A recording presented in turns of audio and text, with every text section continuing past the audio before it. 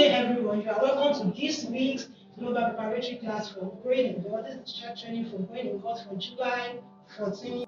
This month, we have been considering the theme lessons from minor prophets. Last week, we looked at Joel, the messenger of restoration. This week, by God's grace, we are going to look at AMOS, a messenger of justice. Who was Amos? Amos was a shepherd and one who also grew sycamore figs. If we look at Amos chapter 1, verse 1 and Amos chapter 7, 14, we can establish this fact there. So this week, like I said, our topic is Amos, a messenger of justice. Amos, a messenger of justice. What is the word justice? When you are teaching children this thing, it is essential for you to let them know the meaning of justice. Justice means to be just, to be fair in our treatment of others. That is bringing it to children's thing.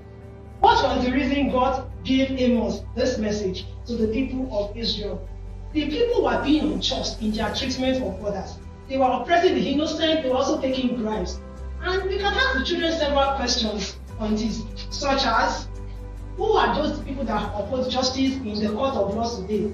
Let them mention them. You have the lawyers, you have the magistrates, you have the judges. Let them know the different types of courts that we have in our nation, or anywhere they are listening to it. You have the magistrates or the customary courts, and we know that the Supreme Court is the highest court. Is the highest court. And let them also know the different ways they can avoid, they can maintain justice. Because a child could feel, I'm not a lawyer, I'm not a barrister, I'm not a judge, so how can I maintain justice? Let them know that the way they treat others also matters, especially those who have an edge over others. They should be mindful of how they treat others. Then let them also know that they should avoid taking bribes. If we talk about taking bribes, children tend to feel they don't take bribes, they are not policemen, they are not people in the court of law, they are not people who oppose justice. But let them know that they can also take bribes if care is not taken. For example, when you want to send a child on an errand and the child is asking for, what will you give me before I do this thing? Let them know that that can also be an indirect way of taking bribes. So they should avoid such. So like I said earlier, Amos was a shepherd. So you can use an example of a shepherd's staff, or possibly someone who is dressed like a shepherd holding a staff.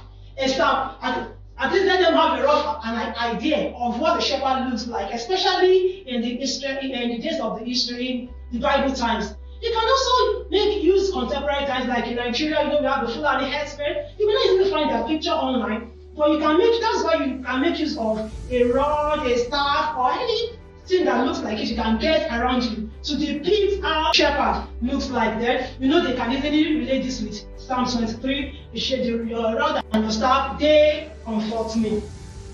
So also, you can make use of this symbol of justice. When you look at this balance, there is a symbol of justice. You can let them know that when you look at it like a scale, a balance scale, when most looking at it, the two sides should be balanced for there to be justice. So these people in the court of law will be well familiar with this. So you can also make use of something like this, even to teach them and use as a symbol of justice. So also for the memory verse, we have the Amos chapter 5 verse 24 as the memory verse. The lesson is taken from Amos 5, 12 to 24. But for the memory verse, we have the shorter version for the preschoolers and the full version for the children. For the preschoolers, you can take it as a poem.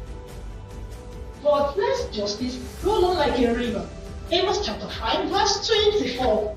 But let justice roll on like a river. Amos chapter 5 verse 24. And for the children, you can sing it as a song, translate it as a poem, depending on which one is more convenient for you. But I would like to sing it as a song. God let justice roll on like a river. God let justice roll on like a river. God let justice roll on like a river. Righteousness like a never-falling stream. God let justice roll on like a river. God let justice roll on like a river. God let justice roll on like a river. Righteousness like a never-falling stream.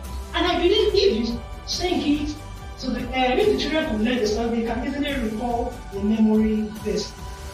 Now, we can also them pictures of people taking bribes.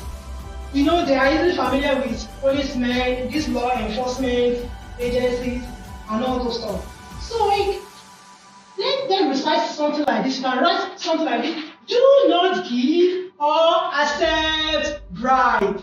And like I've said, you can give them various illustrations of people collect bribes and different ways they can also take bribe, indirectly or known to them. And so also, you should let them know that they should not oppress others.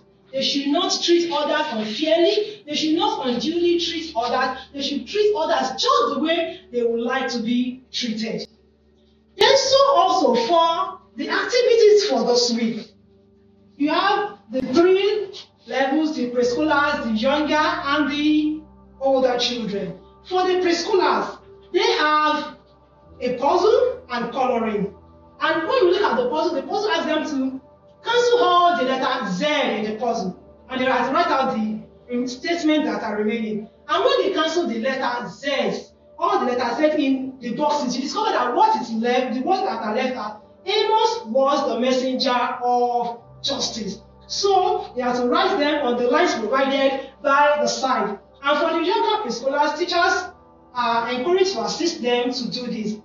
For the B part, they have to color the picture of Amos. We have a picture of Amos there seated with a rod in his hand. So they have to use 3 different colors of their choice, or colors that are available. And remember, we are going to let them not use wax, but use pencil crayons most preferably. But if they are to use wax, let it be with the assistance of the teachers. Then for the younger children are expected even to write the word. They have words to which they are to give the opposite of each. And you have words like innocent, children, poor, justice, good, accept, light, and hated. So they have been given some list of words at the top. So they have to choose from the list, and fix the correct one in each of the number they are given from 1 to 8. And for the older children, they have to make they have 2 activities. The first one is to make a comparison between injustice in the book of Amos. You see from the book of Amos chapter 5 verses 12 to 24 that we have studied, we see some acts of injustice, like the people being oppressed, taking bribes, and many more. But they are just expected to write 3 in the columns provided. And by his side, we have injustice in my nation. So they are to write as they have written from the book of Amos chapter 5, they are also expected to write the acts of injustice in their nation.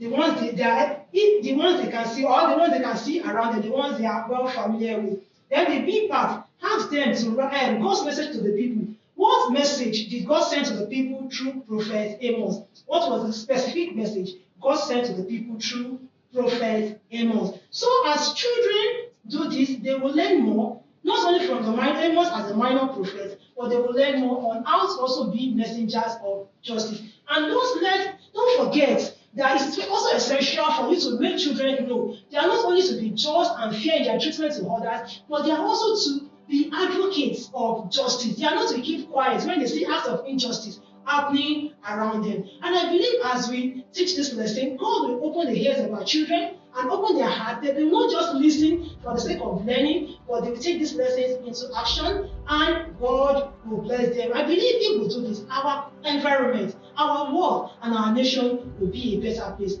God bless you all. Thank you for listening. See you next week, and wish you a fruitful Sunday service filled with testimonies in Jesus' name. Bye.